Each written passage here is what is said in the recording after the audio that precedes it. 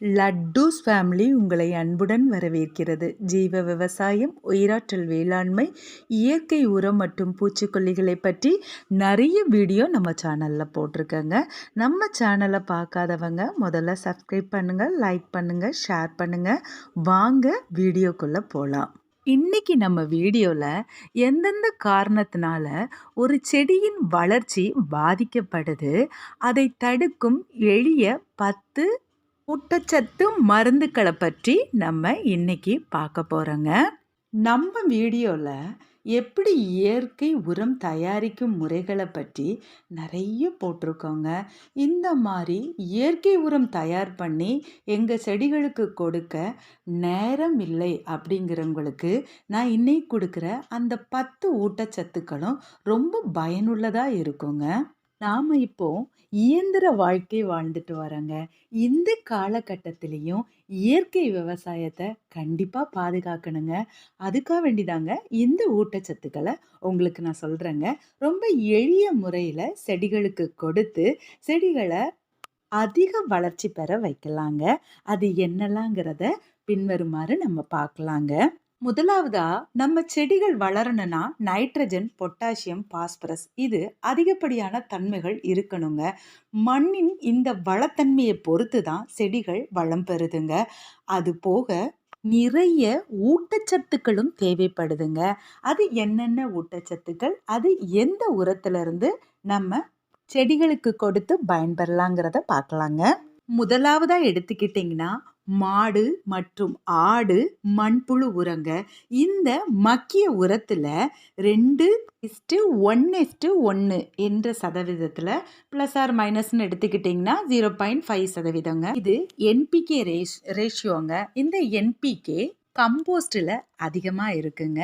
இதை மண்ணோட கலந்து மண்ணுக்கு கொடுப்பதன் மூலம் அதிகப்படியான ஊட்டச்சத்துங்கள் செடிகளுக்கு கிடைக்குதுங்க. இரண்டாவதாக எடுத்துக்கிட்டோன்னா fish meal, blood meal, cotton seed meal, feather meal இப்படின்னு இந்த மீல்லலாம் அதிகப்படியான என்பிகே இருக்குதுங்க. என்பிகே ரேஷியோ ஃபிஷ் மீலெல்லாம் எடுத்துக்கிட்டிங்கன்னா 5:2:2 என்ற விதத்துலேயும், பிளட் மீல்லலாம் எடுத்துக்கிட்டிங்கன்னா 12:1.5:0.5 என்ற விகிதத்திலையும் இருக்குதுங்க என்பிகே. இதெல்லாம் செடிகளுக்கு நம்ம கொடுக்கறது மூலம் செடிகளுக்கு அதிகப்படியான நைட்ரஜன், பொட்டாசியம், பாஸ்பரஸ் கிடைக்குதுங்க. இது ஒரு சிறிய அளவை எடுத்து செடிகளுக்கு மண்ணில் கலந்து நம்ம கொடுக்கலாங்க. அதாவது 1 ஸ்பூன் வீதம் நம்ம கொடுக்கலாங்க.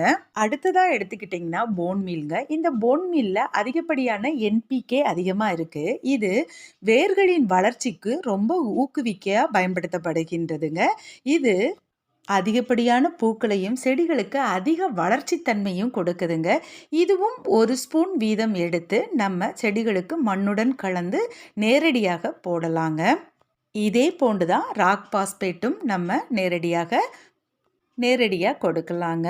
அடுத்தது சீவீடுன்னு எடுத்துக்கிட்டிங்கன்னா இது ஒரு 10 ml வீதம் 1 லிட்டர் தண்ணியில் கலந்து நம்ம ஒரு ஃபோலியா ஸ்ப்ரே மாதிரி இலைகளுக்கு அடிப்பகுதியில் நம்ம அடிக்கலாங்க. இது செடிகளுக்கு அதிகப்படியான ஊட்டச்சத்துக்களை கொடுக்குதுங்க. இதே போன்று தான் கியூமிக் ஆசிட்டும் ஃபோலிக் ஆசிட்டுங்க. இதில் essential nutrient, vitamins, trace elements இதெல்லாம் நிறைய இருக்குதுங்க. இதுவும் செடிகளுக்கு நம்ம 1 ஸ்பூன் வீதம் வைத்து நம்ம கொடுக்கலாங்க. அதாவது 1 ஸ்பூன் வீதம் வைத்து எப்படி அளவுனா, ஒரு செடிகளுக்கு, அதாவது ஒரு செடி தொட்டிக்கு, சின்ன தொட்டின்னு எடுத்துக்கிட்டிங்கன்னா 1 ஸ்பூன் வீதம் அந்த மண்ணில் கலந்து கொடுக்கலாங்கிறது தான் 1 ஸ்பூன் ரேஷியோன்னு நான் சொன்னேங்க. அடுத்ததாக ஆர்கானிக் மைக்ரோ நியூட்ரியன்ஸுங்க. இந்த ஆர்கானிக் மைக்ரோ நியூட்ரியன் சின்ன சின்ன உருளைகளாக இருக்குங்க. இது 1 ஸ்பூன் வீதம் இதே மாதிரி ஒரு செடி தொட்டிகளுக்கு மண்ணுடன் கலந்து நம்ம கொடுக்கலாங்க. இந்த ஆர்கானிக் மைக்ரோ நியூட்ரியன்ஸில் calcium, zinc, copper, iron, boron, molybdenum, magnesium, chloride இது அவ்வளவுமே அதிகமாக கிடைக்குதுங்க. அடுத்ததாக நீம் கேக்குங்க. இது எப்படி நம்ம செடிகளுக்கு கொடுக்கலாங்கிறத இதுக்கு முன்னாடி நான் வீடியோ போட்டிருக்கேங்க. அதை பார்த்து நீங்கள் கொடுங்க. அடுத்ததாக பார்த்தீங்கன்னா எப்சம் சால்ட்டுங்க. இதில் மக்னீசியத்தின் தன்மை அதிகமாக இருக்குதுங்க. இந்த மக்னீசியம்னால chlorophyll is very essential of photosynthesis. அதாவது சூரிய ஒளியிலிருந்து வரக்கூடிய சத்துக்களை அதிகமாக ஈர்க்கும் தன்மை இதுக்கு கொண்டதுங்க. அடுத்ததாக சொன்னிங்கன்னா எக்ஸல்ஸுங்க. இது கடையில் கிடைக்காட்டினாலும் வீட்டில் உள்ள முட்டை ஓடுகளை பொடியாக்கி இதை டைரெக்டாக நம்ம செடிகளுக்கு கொடுக்கலாங்க.